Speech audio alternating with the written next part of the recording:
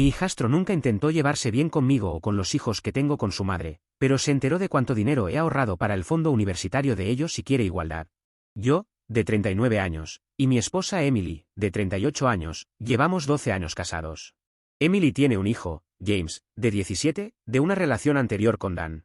Emily dejó a Dan cuando lo pilló poniéndole los cuernos con una compañera de trabajo. Compartían la custodia 50 y 50 de James. Conocí a Emily aproximadamente un año después de que ella dejara a Dan. Un año más tarde, Dan se casó con su amante, y Emily y yo nos casamos poco después. James nunca llegó a encariñarse conmigo. Admito que al principio intenté demasiado caerle bien, pero bajé el ritmo cuando me di cuenta de que estaba forzando la situación y estaba logrando el efecto contrario. Con los años hemos construido una especie de aceptación tensa, si eso tiene sentido. Emily y yo tenemos 3 hijos, una niña de 10, un niño de 7 y un niño de 4. James tampoco tiene buena relación con ellos. Se lleva bien con los hijos de Dan, pero no le gusta pasar mucho tiempo con los nuestros. No es cruel con ellos, pero los ignora casi siempre. Los 2 mayores ahora simplemente lo evitan cuando está en casa. Emily y yo tenemos trabajos bien pagados, y desde el principio, decidimos que yo aportaría el 80% al fondo universitario de nuestros 3 hijos, y Emily el 20%, porque ella aportaría el 100% al fondo universitario de James. No sabíamos si Dan estaba haciendo algún arreglo por su parte, pero pensamos que así al menos James tendría algo en vez de nada. Hace poco Emily se sentó con él para hablar de su fondo universitario. Parecía contento con la ayuda económica que iba a recibir. Se fue a casa de Dan el fin de semana y cuando volvió le preguntó a Emily por los fondos universitarios de nuestros hijos. Cuando supo que el monto era bastante mayor que el suyo, se molestó. Cuando preguntó por la disparidad, Emily le explicó cómo habíamos repartido los fondos. Se enfureció al saber que yo no había contribuido a su fondo. Dijo que yo solo había estado fingiendo jugar a la familia con él todos estos años, que en realidad no me importaba y que era un cabrón sin corazón. Emily sugirió que podíamos sacar algo de dinero del fondo del más pequeño y dárselo a James, y que ella lo repondría con el tiempo. Pero dijo que era decisión mía, que no me presionaría de ninguna manera y aceptaría lo que yo decidiera. Francamente, no quiero hacerlo. James idolatra a su asqueroso padre, incluso ahora que sabe que engañó a su madre. Podía lidiar con su mal comportamiento conmigo, pero nunca entendí su actitud hacia nuestros hijos. Incluso intentamos ir a terapia familiar, él se negó porque yo no era su familia. Ahora que necesita dinero, de repente sí soy familia. Sé que quizá estoy siendo rencoroso, pero no quiero darle el dinero. ¿Soy el malo? Edición, creo que hacen falta algunas aclaraciones. No odio que James idolatre a su padre, odio que culpe a su madre de la ruptura de su familia. Cuando James tenía 13, escuchó por parte de un primo mayor, del lado de Dan, lo que su padre había hecho y que llevó a Emily a dejarlo. Cuando la enfrentó por ello, ella se lo explicó. Intentamos terapia entonces, pero no se pudo, lo explicaré luego. El año pasado le dijo a su madre que él cree que fue responsabilidad de ella. Que en lugar de dejar a Dan, debería haber olvidado lo que hizo y seguir con él. Emily, como era de esperar, se quedó en shock, pero cuando le preguntó si la situación fuera al revés y ella hubiera engañado a Dan y él la hubiera dejado, ¿entonces lo culparía a Dan por romper la familia? Él dijo que no, que definitivamente sería culpa de ella y no dio más explicaciones. No fue producto de una discusión ni un comentario en caliente, irónicamente, fue en una conversación casual en la mesa. A los otros niños hubo que sacarlos de la mesa. Cuando Emily y yo empezamos y la cosa empezaba a ir en serio, quiso llevarlo a un terapeuta infantil que pudiera ayudarlo a adaptarse mejor a los cambios a su alrededor. Como compartían custodia 50 y 50, se necesitaba el consentimiento de Dan, y él se negó. Cuando nos íbamos a casar, intentamos terapia. Pero Dan dijo que él se había casado antes que nosotros y que James no tenía ningún problema, que estábamos exagerando, que él no necesitaba terapia. Lo intentamos en esa oportunidad, cuando Emily estaba embarazada de nuestra hija, y más recientemente tras el incidente del año pasado. Esta vez se lo pedimos directamente a él. Pensamos que si aceptaba terapia familiar podríamos hablar con nuestro abogado y sortear el acuerdo de custodia, ya que casi era adulto. Fue cuando se negó a la terapia diciendo que yo no era su familia. Para quienes dicen que estoy tratando a un adolescente como adulto, que lo hice sentir como el otro y no como uno de los nuestros, lo intentamos. Cuando ambos empezamos a ganar bien, queríamos derrochar con nuestros hijos en cumpleaños y fiestas, y a James nunca se le excluyó. Lo que nuestros hijos recibían, él también. De hecho, como era mayor, podía escoger lo que quería. Para su 11º cumpleaños quiso ir a Disney World. Se invitó a los 2 hijos de Dan. Su hijo menor y mi hija tienen la misma edad. Él fue, a ella no la invitaron, nos quedamos en casa. Empezamos los fondos universitarios más o menos un año después de que naciera nuestra hija. Emily no pudo empezar uno para James antes porque era ama de casa cuando estaba con Dan, le costó volver a ponerse en pie. No estaba en posición de empezar inmediatamente un fondo universitario para él. Mucho de lo que habéis señalado es cierto, James está algo corto de fondos para la universidad. Emily va a rectificar eso y ponerse al día con el déficit que debería tener para cuando empiece la universidad.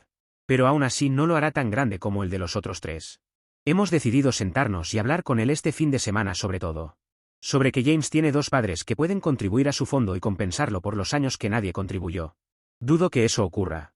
Dan nunca ha sido bueno manteniendo un flujo de ingresos estable y su esposa es ama de casa. No están desesperadamente en la miseria, pero podría aventurar una suposición educada de que Dan, probablemente, no ha ahorrado para los fondos universitarios de ninguno de sus hijos. Sobre por qué no presionamos para buscarle ayuda profesional a James, siendo nosotros los adultos y que es mi culpa. Cuando Emily y yo empezamos a ponernos serios, quiso llevar a James a un terapeuta infantil que lo ayudara a adaptarse mejor a la situación cambiante a su alrededor. Dado que Emily y Dan compartían custodia 50 y 50, si uno de los padres se negaba entonces no podíamos proceder. Como era de esperar, Dan se negó. No James, James era un niño pequeño, no tenía edad para dar su consentimiento. Cuando estábamos a punto de casarnos, intentamos terapia otra vez. Dan, que se había casado con su amante un par de meses antes, volvió a negarse, diciendo que James estaba bien con su matrimonio y no había razón para que no estuviera bien con el nuestro. Además, insinuó que ir a un terapeuta haría que James sintiera que algo andaba mal con él, cuando estaba perfectamente bien y que nosotros exagerábamos. Cuando James se enteró de que Dan había engañado a su madre y ese fue el motivo por el que terminaron, Dan dijo que querer llevar a James a terapia era la forma en que Emily y yo intentábamos lavarle el cerebro. Inculcarle ideas sobre lo malvado que era su padre, así que sí, volvió a negarse. Cuando Emily estaba embarazada de nuestra hija, se pidió terapia, se denegó la terapia. Razón, Dan dijo que James estaba bien con su hijo, así que no hacía falta. Hablamos con nuestro abogado para preguntar si aún así podíamos acudir al juzgado, a decir que Dan sigue negando terapia que sin duda está perjudicando nuestra relación. Nuestro abogado dijo que técnicamente Dan tenía razón, James no mostraba el mismo nivel de desapego con su familia que con la nuestra. Podría haber inclinado el acuerdo de custodia a favor de Dan. Cuando acusó a Emily de ser la razón por la que su familia se rompió, ofrecimos de nuevo la terapia como opción. Como James ya tenía 17, se lo pedimos a él, con la esperanza de que si aceptaba podríamos saltarnos la necesidad del consentimiento de Dan, ya que casi era adulto. James se negó diciendo que yo no era su familia, así que la terapia familiar no era necesaria. No he resentido a James desde el día que lo conocí, tampoco es que lo resienta ahora, solo estoy cansado de toda la situación. Actualización 1. Ha sido un fin de semana revelador. Gracias a todos los que opinaron, incluso a los agresivos. Sabía a lo que me exponía al publicar en Reddit. Antes de la actualización, un par de aclaraciones porque los huecos de información se convirtieron en suposiciones salvajes. Cuando dije que me pasé un poco con James cuando nos conocimos, algunos se imaginaron que agarré a un niño por el cuello y le grité, «Llámame papá». No, estaba nervioso y actué como un idiota, usando una vocecita exagerada de bebé porque casi no había tratado con niños pequeños. Emily luego dijo que sonaba como un payaso de circo con 2 cajas de Red Bull encima. ¿Vergonzoso? Absolutamente. ¿Malicioso? No. Muchos tenían preguntas sobre la terapia, así que hice una cronología de todo lo que sucedió de forma detallada en mi anterior publicación, así que no me leerá repetirlo. Muchos llamaron imbécil a mi esposa por compartir los montos de los fondos universitarios de nuestros hijos. Le mostré la publicación. Ella explicó que James volvió de casa de Dan con preguntas sobre cuándo empezó el fondo, cuánto, etc. Dijo, parafraseando, entonces, el mío es X y el de ellos es Y, con su X más alto que el Y de nuestros hijos.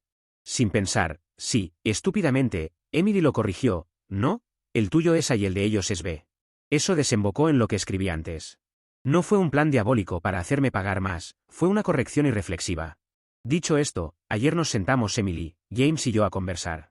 James no quería hablar conmigo, pero le dije que si esperaba que yo siquiera pensara en contribuir a su fondo universitario, entonces tengo un montón de preguntas que necesitaba que respondiera. Fue una conversación larguísima y salieron a la luz muchas revelaciones.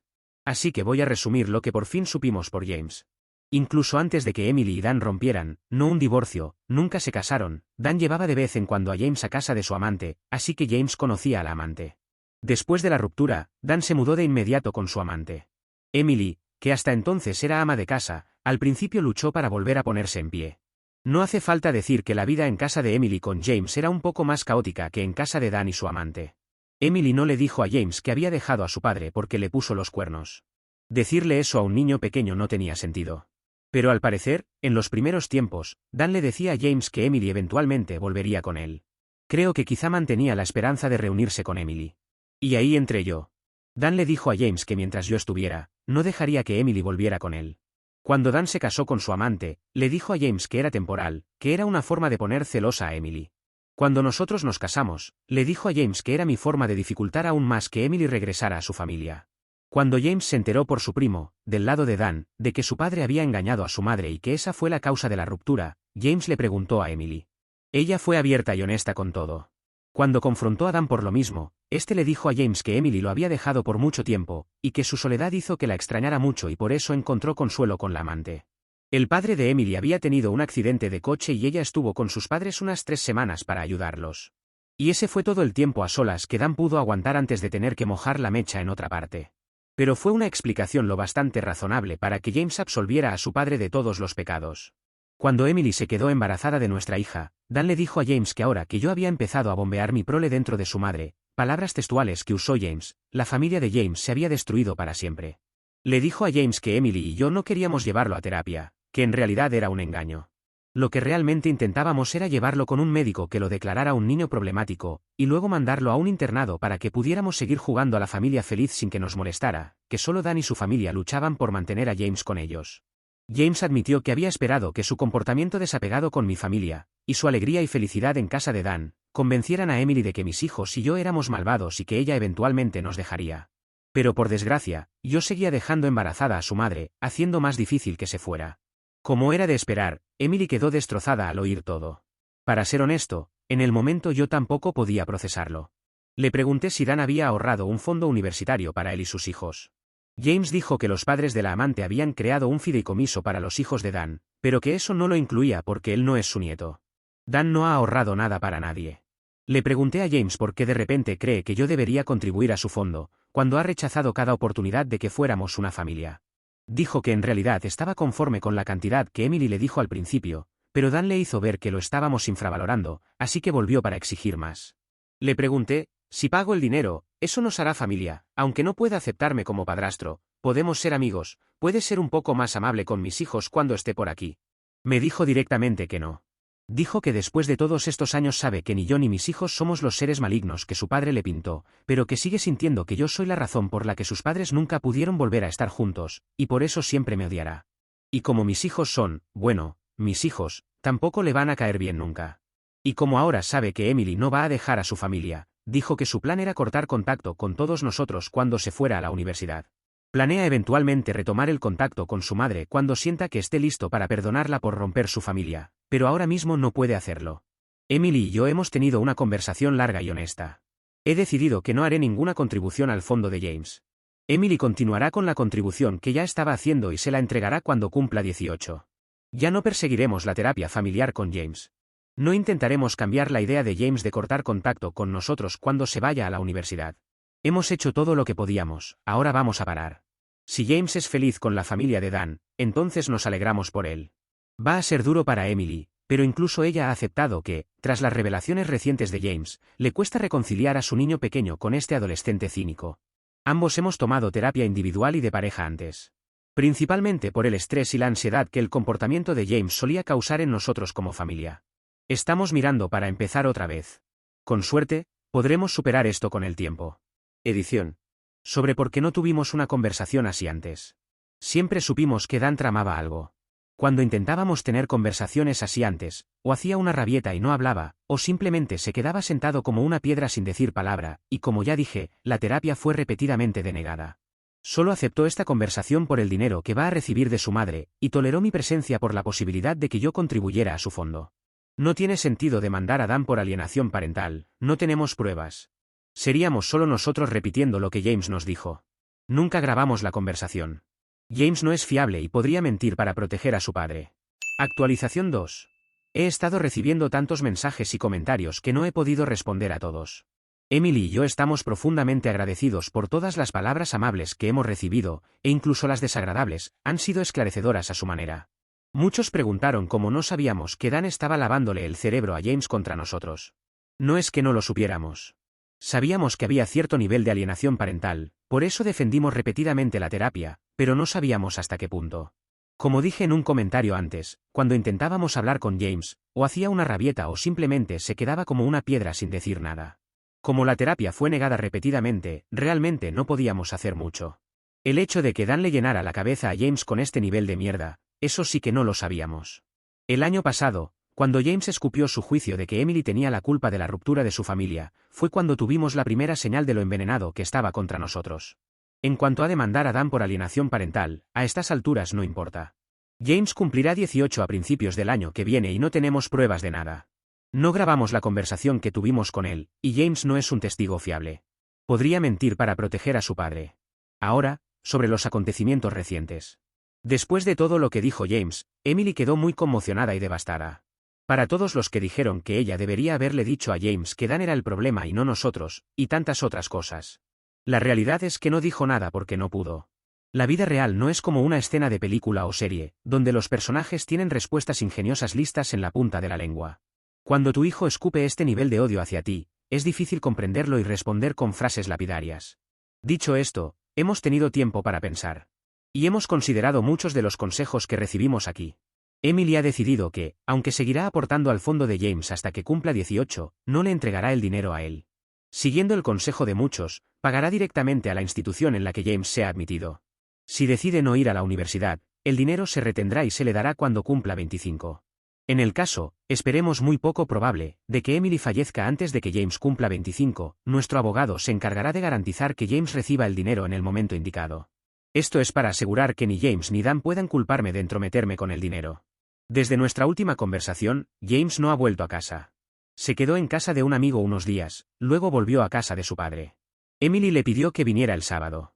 Se sentó con él y le dijo que, ya que está empeñado en renunciar a su relación con nosotros, no tenía sentido seguir andando con pies de plomo a su alrededor. Le dijo que estaba herida y decepcionada por su comportamiento. Que él crea que su madre es culpable de la ruptura de su familia es inaceptable. Emily dijo que si él piensa que el engaño de su padre es aceptable y que ella debería haber vuelto con él, entonces no puede estar de acuerdo con él. Esto no es palabra por palabra, principalmente es parafraseo. Le dijo que yo no haría ninguna contribución a su fondo. Como él no me considera familia, no tengo obligación de aportar a su fondo. Y si aún siente que su fondo es insuficiente, entonces debería pedirle a Dan que cubra el déficit. También le dijo que no tendrá acceso directo a sus fondos, y que los pagos del fondo se harán directamente a la universidad a la que asista. También se le informó de lo que pasará si no va a la universidad. Emily también le dijo que, de ahora en adelante, si no desea venir a nuestra casa, no tiene por qué hacerlo, lo hablamos con nuestro abogado. Aunque Emily no cederá aún la custodia, no hará cumplir que James se quede con ella según el arreglo de custodia. Escuchó en silencio todo lo que Emily dijo. No salió de su habitación esa noche y volvió a casa de Dan el domingo. No hemos sabido nada de él desde entonces. Actualización 3. Sigo recibiendo mensajes pidiendo una actualización, así que aquí va, pero es la última. Durante unas 2 semanas después de la última conversación de Emily con James, hubo silencio total por algo más de 2 semanas. Se quedó con Dan, y Emily no insistió en que viniera a nuestra casa según el acuerdo de custodia. Entonces, de repente, James llamó a Emily diciendo que lo habían admitido en una universidad, y que necesitaba todo su fondo universitario para reservar su admisión. Ha pasado un tiempo desde que Emily y yo nos graduamos, pero sabemos lo suficiente como para saber que no funciona así. ¿El proceso de solicitud empieza por estas fechas y los plazos son hasta febrero-marzo? Ninguna universidad pide el pago completo por adelantado. Como mucho, se requiere un pequeño depósito para mantener la plaza después de emitir una carta oficial de aceptación. Emily dijo que estaría más que feliz de entregar todo el fondo, pero no a él. Haría el pago directamente a la universidad. James dijo que la universidad no tenía esa opción. A estas alturas, esta conversación era tan cómicamente ridícula que ni sé qué decir. Es como si pensara que éramos idiotas sin cerebro. No nos dijo el nombre de esa universidad imaginaria, no nos mostró la carta de aceptación que supuestamente recibió, solo quería que le entregáramos el dinero. Cuando Emily se negó, empezó a agitarse y a subir el tono, así que Emily cortó la llamada. Ni siquiera una hora después llamó Dan. Esto nos sorprendió. En los últimos 12 años, siempre éramos nosotros los que contactábamos a Dan. Mayormente, Emily, pero en raras ocasiones yo también, básicamente rogándole que diera su consentimiento para terapia, que consistentemente negó. Dan nos acusó de abusar emocionalmente de James y causarle angustia mental. Afirmó que al negarle a James acceso a su fondo universitario, estábamos saboteando su futuro y causándole daño emocional. Emily explicó con calma que el dinero en cuestión son sus ahorros personales, destinados a James, sí, pero no legal ni moralmente debidos a él. Podría servir igual de bien como su fondo de jubilación, no hay absolutamente ninguna base legal para afirmar que ese dinero pertenece a James. Las cosas se pusieron feas después y Dan nos insultó a Emily y a mí, así que, obviamente, Emily colgó. En el lado positivo, como estábamos tan sorprendidos de que Dan hubiera llamado, grabamos la llamada. Volvió el silencio de radio. Hasta este lunes. La prima de Dan, Julie, madre del chico que le dijo a James que fue su padre quien engañó a Emily, siempre ha mantenido buena relación con Emily. Es una mujer muy agradable. Sus gemelos y mi hija son grandes amigos. Cree que Dan es un pedazo de mierda y James es la única razón por la que mantiene una relación apenas civil con él. Vino y nos informó de que la esposa de Dan, la amante, se está divorciando de él. Al parecer, también le fue infiel, qué sorpresa. Se separó de él hace meses y vive con sus padres con sus hijos. Mientras tanto, los padres de Dan han estado pidiendo a familiares que le presten dinero para un nuevo negocio, entre comillas, pero, como era de esperar, nadie ha puesto un centavo. Ahora creemos que su exigencia repentina por el fondo universitario de James podría haber estado ligada a eso. Desde entonces, Emily ha intentado llamar y enviar mensajes a James, pero no ha contestado ni respondido. Aunque nuestra situación aún no está resuelta, esta será mi última actualización. Emily y yo estamos profundamente agradecidos por todo el apoyo genuino, la empatía y los consejos considerados que hemos recibido. Por desgracia, también ha habido comentarios y mensajes privados, viles y maliciosos, de gente escondida en el anonimato para decir lo peor posible sobre Emily y sobre mí. Y siguen haciéndolo incluso cuando los he ignorado y no he caído en la provocación. No necesitamos ese tipo de energía negativa en nuestras vidas ahora mismo. Pase lo que pase a continuación, lo afrontaremos en privado, juntos, como familia. Gracias de nuevo a todos los que han sido amables y realmente útiles. Edición. Alguien comentó que ninguna universidad exige el pago de 4 años por adelantado, y ni siquiera un año, junto a que los pagos comienzan en julio. Esto es realmente útil. Gracias, aunque no creo que, dadas las circunstancias actuales, James vaya a ir a la universidad o a una escuela técnica. Pero, aún así, es bueno tener esta información a mano. Habíamos pensado que, si James elegía no ir a la universidad inmediatamente después de graduarse del instituto, y digamos, decidía trabajar, entonces quizá para cuando cumpliera 25, podría querer finalmente sacarse un título si se encontraba en un trabajo sin futuro. Además, 25 es una edad en la que uno puede empezar a pensar con un poco más de claridad en asentarse, quizá comprar una casa, cosas así. Tal vez estamos siendo demasiado a la antigua. Pero, honestamente, como Emily le dijo a Dan en la llamada, el dinero son sus ahorros y de ninguna manera, legal o moralmente, se le deben a James. Realistamente, sí, James seguirá recibiendo el dinero, pero si lo recibe a los 25, 35, 45 o después de que Emily muera, eso no está escrito en piedra aún. Mucha gente ha comentado en esta publicación y en publicaciones anteriores que James no debería recibir el dinero cuando cumpla 25. Y estoy de acuerdo con ellos. Siento que Emily también empieza a ver que 25 quizá no sea el momento adecuado, especialmente a medida que seguimos descubriendo más y más lo que está haciendo Dan. Emily y yo somos conscientes de que este es un posible escenario en el futuro. Hemos discutido algunas opciones. Ella está segura de que definitivamente ahora no le dará el dinero directamente. Por el momento, ni siquiera está segura de querer dárselo cuando cumpla 25. Una posibilidad es que lo reciba como parte de su herencia cuando ella fallezca y que eso sea todo lo que él obtenga. Pero, en realidad, conozco a mi esposa. Ahora mismo está dolida y herida. Si la conozco tan bien como creo, James recibirá el dinero cuando cumpla 25. Es su dinero, es su hijo. No puedo culparla si al final quiere hacer esto.